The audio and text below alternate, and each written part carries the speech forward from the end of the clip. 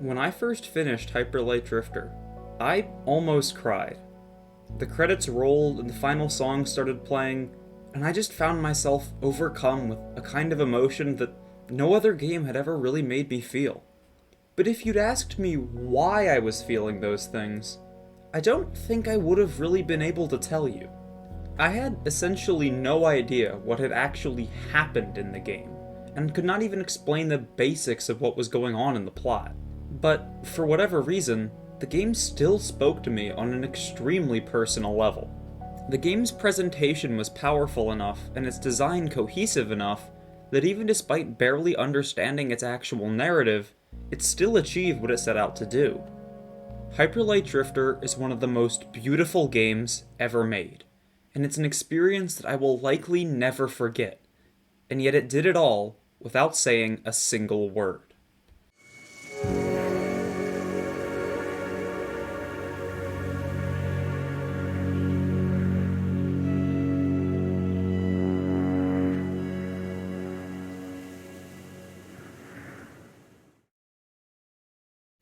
Alright, now there's a few things I want to talk about real quick before we really get into the meat of this video. First of all, thank you all so much for all the attention and positive comments on my Y2K video. I never expected anything like that to happen to something I made, and it really does mean a lot. Secondly, there are like 2 other Hyper Light Drifter video essays out there that I think cover some of the same stuff that I cover here.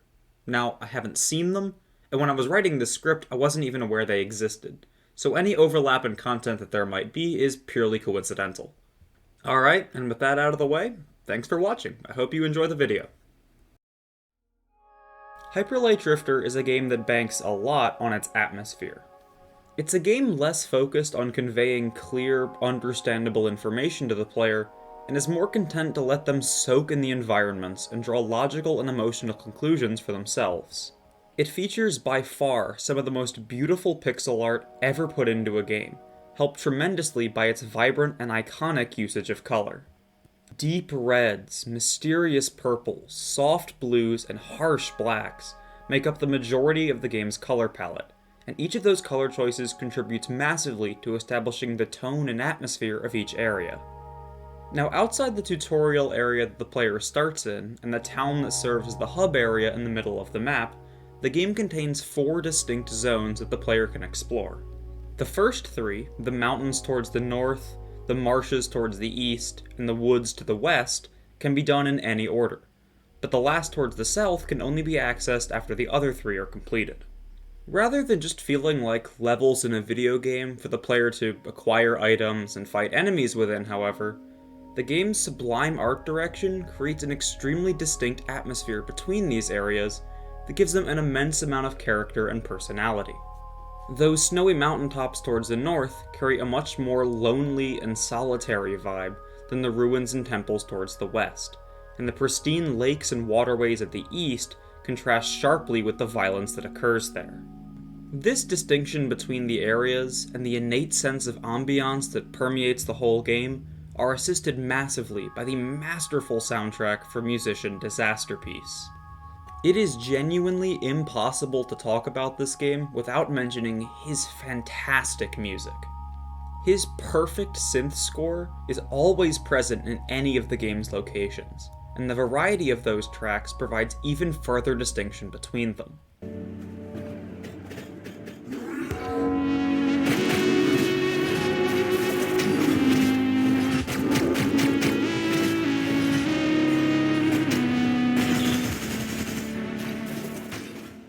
All of the game's most powerful moments are those when the art, atmosphere, and music synchronize themselves to create genuine works of beauty for the player to witness and absorb for themselves. The game's presentation is just absolutely fantastic, which is vital to the game's experience, as that atmosphere is pretty much the only clear driving force behind the player's journey. Outside of a few tutorials towards the beginning, there is not a single line of written dialogue in the entire game, leaving it with no way to give information to you in the most direct manner. There is never any narration, exposition, or clear clarifications about what is going on, who you are, the events of the world, or even what your overall goal is in the narrative. The entirety of the game's story rests upon those visuals and atmosphere to keep you moving forward, as any details about the game's plot has to be gleaned through environmental details rather than just being told them directly. Even talking to NPCs, something that in other games gives you at least some narration, causes them to respond in pictures rather than words, so any information provided by them has to be seen rather than just read or listened to. Hyperlight Drifter certainly has a story, but the player is mostly driven by those payoffs in atmosphere, art, and music, rather than any direct narrative, causing extra emphasis to be placed upon the game's presentation. However, that's not to say that the game doesn't provide any direction or engagement in its plot, and the game provides a perfect amount of information to hook the player and get them invested in its very first few minutes.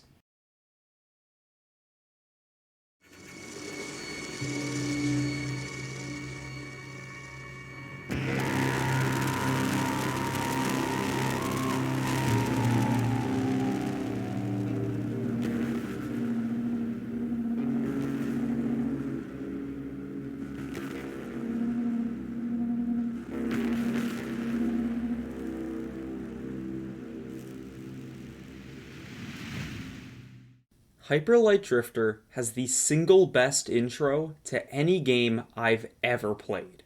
That sounds like such a massive exaggeration, but I really do mean it.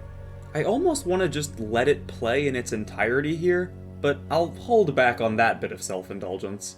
But in only 3 minutes, and without a single word of dialogue, it establishes a sense of empathy for the silent main character, creates a sense of loyalty to Anubis, the Guardian, introduces the way the game is going to look, sound, and feel, and reinforces the inherent sense of helplessness and dread that serves so centrally to the game's emotional narrative.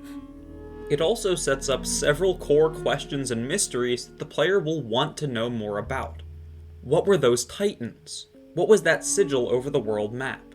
What was the black creature that emerged from the Drifter's blood, and what is his sickness that created it? While being an exceptional introduction in its own right, it also engages the player and makes them want to understand the things they're being shown, which leads to an increased sense of engagement with every aspect of the world from here on out. And as there's not going to be any direct dialogue in the game that's going to explain these concepts outright, the only way for the player to find out more about these mysteries is to be more focused and engaged with the world itself.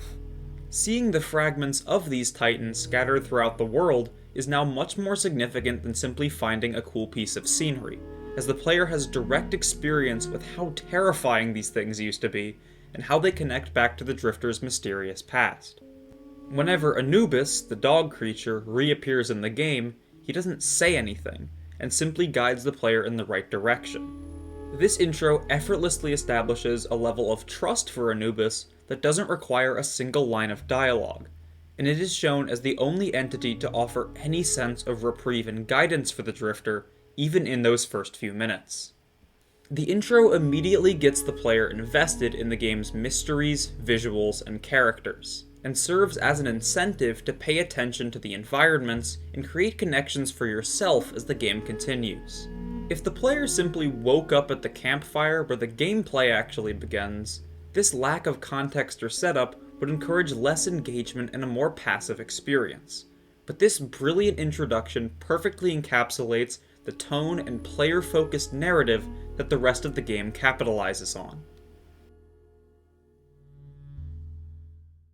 Now, getting into any wordless story is going to require significantly more focus and attention than a story that's told in a more direct, literal way. If a game utilizes voice lines or text boxes, the player can mostly just sit back and read or hear about what's going on, with little direct involvement that actually utilizes the strengths of the medium. I'm not saying that silent video game stories are inherently better than dialogue-heavy ones. I genuinely don't think that's true, but they do allow for more creative exploration of what games can uniquely offer as narrative experiences. And Hyperlight Drifter is a game that is designed in every aspect to take advantage of all of those opportunities. Even the simple act of talking to other characters in Hyperlight Drifter requires effort from the player to parse out their visual-based text boxes and draw your own conclusions. For example, Guardian is an NPC that the player meets in every area who informs you where points of interest are located on the map.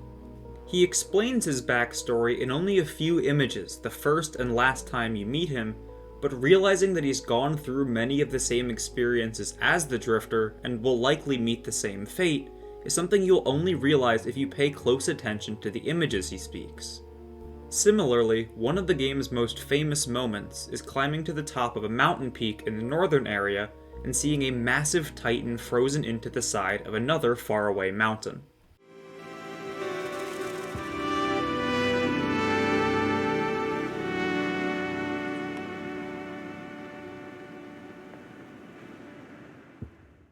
The area music reaches its absolute peak here, and it also calls back memories of the intro cutscene and how terrifying these things once were, and creates an almost melancholy feeling as the player sees one in such disrepair.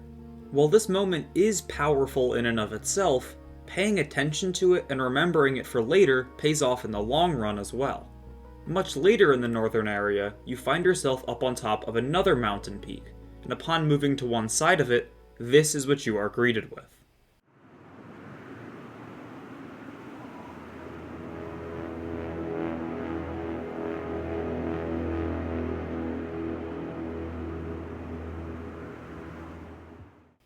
Nothing in the game explicitly tells you that this is the same Titan as the one you saw on the climb up, but remembering and choosing to engage with the environmental details like this can lead to a genuinely incredible moment when you are able to clearly visualize how far you've come and also how much more tragic the ruined Titan looks up close.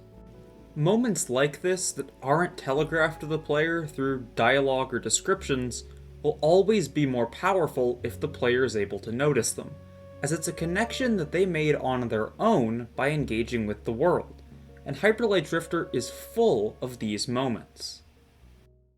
Another pretty famous example of video game storytelling done this way is with the City of Tears and Blue Lake in Hollow Knight. Upon arriving at the underground city, you are understandably going to wonder how it's possible that it's raining despite being so far below the surface. However, likely many hours later, the player can stumble across the Blue Lake, a massive body of water that sits underground. If the player then opens up their map and remembers the rain from before, they can realize that the city is located directly beneath the lake, and that the rain is caused by droplets from the lake leaking through cracks in the ceiling that haven't been repaired since the downfall of the kingdom. Both of these moments are often talked about by fans as being some of the more impactful in their respective games, but nothing in either game ever explicitly draws attention to them, causing those discoveries to be much more personal for whoever figured them out. An essential part of making the player emotionally invested in the game's story and world is its protagonist, the Drifter himself. I would pretty easily consider the Drifter one of my all-time favorite game protagonists, which is impressive because he's just as silent as the rest of the game. Despite never saying a single word, and even with half of his face constantly obscured by his mask, the Drifter is given incredibly strong characterization through just the way he moves and the subtle mannerisms communicated through his design and animations. The Drifter's base character design, with his flowing cloak, katana-like beam sword, and unique helmet, is reminiscent of a samurai, fitting nicely into the lone, quiet swordsman trope that allows players to easily understand what kind of character they're playing. However, his character does not fall entirely within that simple of an archetype. While the game does show him to be a skilled warrior, he can display a more innocent or even frightened nature that betrays one's initial impression. When facing those titans in the intro cutscene, he looks pretty hesitant and almost fearful, looking up into their eyes and holding onto his amulet. His weakness also shines through in the constant occurrence of his cough, in which, sporadically throughout the game, he starts to spit blood from his mouth and hunch over in a much more feeble state. Even more noticeable than that, however, is how genuinely fearful he seems of Judgment, the black entity that follows him throughout most of the game, and often gives him visions of being killed by it in a series of gruesome ways. The Drifter always seems extremely rattled by this, and him waking up on the ground afterwards, surrounded by crows mistaking him for dead, is a striking visual full of characterization. All of this combines to create an innate sense of empathy for the character in the eyes of the player, as one is able to interpret his thoughts and emotions without ever having to hear him speak. And while not as dramatic as those previous examples, he does have several other endearing quirks for the player to discover that flesh him out as a much more interesting and relatable character. He refuses to draw his blade around those who are friendly to him, instead resting his hand on it and shaking his head. Similarly, if the player tries to throw a grenade in town, he will instead reach into his pocket and toss a flower in front of him.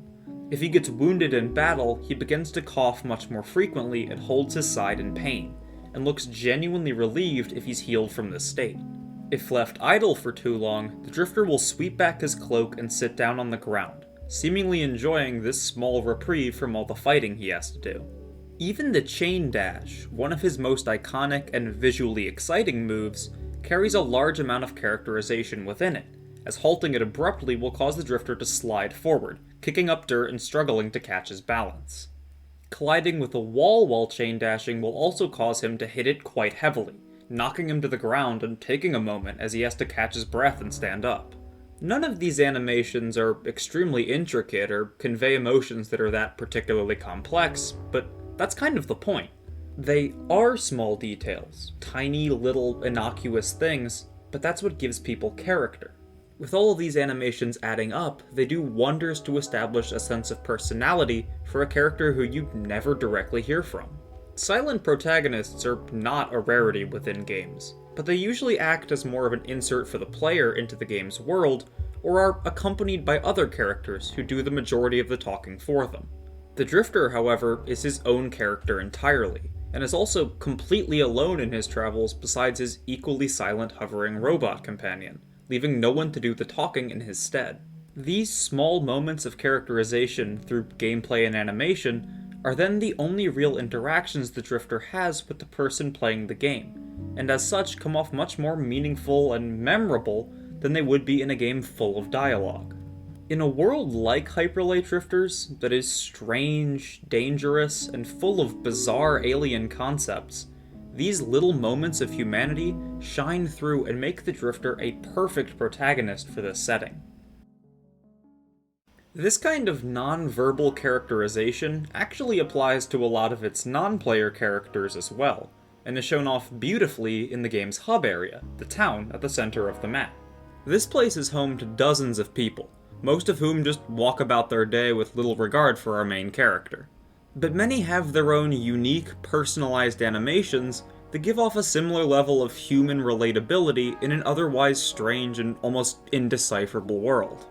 The Swordmaster and his apprentice have this really endearing animation loop where the master tries to show his disciple how to perform a sword trick, only for the younger one to mess up the technique and knock himself to the ground. It's funny and it's cute, but it also serves as a small glimpse into the lives of these people without having to directly say anything. I also really love this guy in this back alleyway, who lights up something to smoke, and then leans way back as whatever it was starts to kick in. Like with the Drifter's animations, these really are just tiny little things, but they're tiny little moments of character and personality that feel so much more impactful because you're the one experiencing them. No one's just walking around and talking about themselves and the state of the world, but you just get to see it and experience it, and it feels so much more real that way. Okay, so I've been talking about how Hyperlight Drifter handles wordless storytelling quite a bit, but what's the point? What effect does it have on the game's design beyond just making you pay more attention? What are the pros and cons of a story like this, and why might a developer choose to use this method over a more direct and traditional approach? Well, if you've watched a lot of video essays about games in the past, which I assume you have because you're here, you've probably happened upon the idea of Ludo-narrative. Essentially, the idea of Ludo-narrative proposes that, while games might have a story that they're directly telling, every game actually has two distinct narratives. The first is the actual story of the game, with all of its cutscenes, plot points, and general writing. The second narrative, however, is the actual experience the player is having with the game via its world design, mechanics, gameplay, and atmosphere. While developers may try to focus a player towards the game's main central narrative, containing any level of interactivity will inevitably create a second narrative that is more tailored around the way the player actually interacts with the game. For example, if you tell a friend about the actual plot of a game you're playing, or a cool character moment or something like that, you're describing the game's actual narrative. But if you tell them about some wacky combination of abilities you tried, or the time you went into an endgame area while completely underleveled, you're telling them about an experience you had with the game, rather than its own story. To be clear, having this divide is not a bad thing at all. It's basically an inevitability if you give a game both mechanics and a story. Some games will forgo story entirely, while others can even operate without much gameplay. But including both will cause there to be a bit of a split in how the audience actually engages with your game. Anyway, how does this relate back to the idea of wordless storytelling and Hyperlight Drifter? Well, when a game chooses to tell its story entirely through environment and atmosphere, the gap between those two narratives begins to narrow. By refusing to explain details to the player and leaving much of the story up to the audience's interpretation, the act of discovering more about the story begins to feel a bit more like a mechanic than a more straightforwardly presented narrative. For example, let's go back to that titan frozen in the side of the mountain. If you were to tell someone about this moment, much like I have, it's less about the game's actual story and more about the way you experienced that moment. While finding out what happened to the titans in the intro is actually a pretty big narrative moment, the way you're going to describe this is through the lens of your own exploration.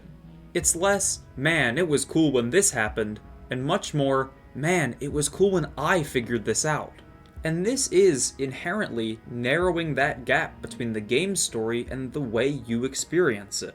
If a player wants to understand something about the world or find an answer to something presented in the story, it's mostly up to them to scour the environment for visual clues and to make mental connections in order to make sense of it. While that divide is still there between the narratives, a Hyperlight Drifter player could easily ignore the story and atmosphere to focus solely on the combat. That gap is lessened by making the story something the player has to contribute to and apply their own thoughts towards solving. This mechanic of unraveling a story without words can even be given enough development to be the only one really present in a game. An iconic example of that would be Yume Nikki, a game whose only real gameplay involves walking through surreal environments and trying to make any kind of sense of what they mean. Like, that is all you do in Yume Nikki, is just walk around and try to think about what any of it means. And it works! This was clearly a compelling enough hook for many people, judging by the dozens, if not hundreds, of fan games that Yume Nikki ended up spawning, that all share basically the same kind of gameplay. Now, forgoing words in your game can lead to a more active, engaging experience like this, and it clearly works for a lot of people, but it does come with a few potential downsides. This kind of storytelling, and Hyperlight Drifter specifically, works extremely well for me. However, regardless of intention, a style of narrative that is so deliberately vague and obtuse can be a real deal-breaker for a lot of people. I actually know a few people who have tried to get into this game, but have fallen off of it due to confusion about what's even going on, or a lack of desire to engage with the game in any way beyond the surface. The game's IGN review famously lists abstract storytelling as a negative, despite the game's best efforts to put meaning into that abstraction. I obviously don't agree with this review because of, the video you're watching, but I do think it's a valid perspective to have, and one that a lot of people share. It also lists frustrating exploration, which is another possible trap for wordless games to fall into. Without any clear direction or quest log, it's easy for players to forget where they are or what they're doing and get lost. And once lost, it's difficult to get back on track with no real textual guidance. Players can overlook an environmental detail or a hidden passageway and conclude that something is just missing from the game rather than them overlooking it, and come to the conclusion that the game's exploration is obtuse and purposefully confusing. This actually happened to me with the game Rain World. When I first started playing it, the game tells you basically nothing about what's going on or what you're supposed to do, and I felt really frustrated and dropped it after only a couple of hours. It's only now that I'm getting back into it, with a few tips and pointers from my friends, that I'm able to really appreciate what it's doing. A game that chooses to go without explicit direction also lives and dies based on how strong its atmosphere is. If a game chooses to mostly forgo literal descriptions and plot, it relies extremely heavily upon having powerful art direction, area design, and even music to form the atmosphere that keeps you moving forward. Luckily, Hyper Light Drifter excels at all of these things, but those more interested in directly told stories in games can still find it a bit frustrating. Going this route when designing a game certainly runs a risk of alienating players, but the rewards for those invested in this style of storytelling are equally massive. It really does bring those two narratives together, and advancements both in terms of gameplay and narrative progression feel much more earned when they're driven by the player's own sense of discovery, and even small moments can form such strong personal memories. This kind of design also further incentivizes exploration, as it promises more hidden moments and areas behind every corner. Noticing a hidden ledge and dashing towards it out of your own curiosity is so much more satisfying when nothing explicitly pointed you in that direction. It really does feel like your discovery. I remember stumbling across areas on my third playthrough that I had completely missed in my first two, and being absolutely blown away at how much content they were willing to hide in the most obscure places. Not to make an obligatory video essay Dark Souls comparison, but this is also a large reason as to why people resonate so strongly with those games, especially the first one.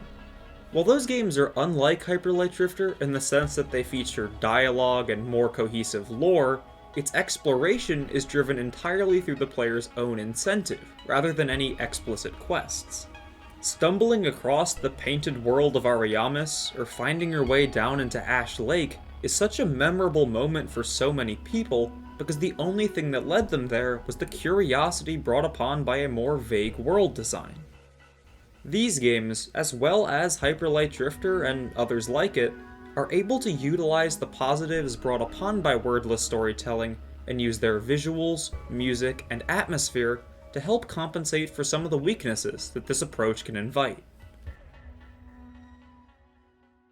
I think a fair game to compare and contrast Hyper Light Drifter's narrative approach against would be the game's own spin-off sidequel thing, Solar Ash. Solar Ash was developed by the same studio about 5 years after Hyper Light Drifter. While shifting into a 3D art style, the game captures a lot of what made Drifter beautiful and enjoyable to play, but with one major difference. The game featured significant amounts of fully voice-acted dialogue. An end, a beginning. Around we go. What is this place? Who are you? Ray, the main character, talks pretty much constantly, and even communicates with her hologram companion where selectable dialogue options prompt long explanations of core concepts and keywords. Ideas like the Void and Void Runners are explained in immense detail directly to the player, leading to a, in my opinion, significantly less rewarding narrative experience. I would often find myself reaching a new area and becoming interested in the unique terrain and environment, only for someone to speak up and explain away all the interesting mysteries that could have been left for me to discover on my own. Dross harvesters. So that's what happened to the Veruki. Looks like they fought back. An area later in the game initially shows you the wreckage of a capital ship that crashed there a long time ago, and then later in that same area, you happen across a series of escape pods. This could have been an engaging opportunity to connect the pods back to the ship they launched from and use environmental clues to discover what happened to the survivors. However, upon arriving, you were instead treated to an audio log that directly explains what happened while not being given any kind of engagement that utilizes the strengths of the medium. While this game's actual narrative is pretty interesting, it is sharply divided from what you're doing as a player, and engaging with it becomes a significantly more passive experience. And this isn't a bad thing per se, but having paragraphs of expository dialogue about concepts that never really resonate with the player seems like the exact opposite of the thing Hyperlight Drifter did so effectively. And for the record, I do want to clarify that I actually enjoy Solar Ash quite a bit. The visuals and spectacle are gorgeous, the movement is really fun and fluid, and I actually really enjoy the more platforming-focused boss fights. But it never really got to me the same way Hyperlight Drifter did, and I think the removal of that unique and personal narrative style is a large reason for it.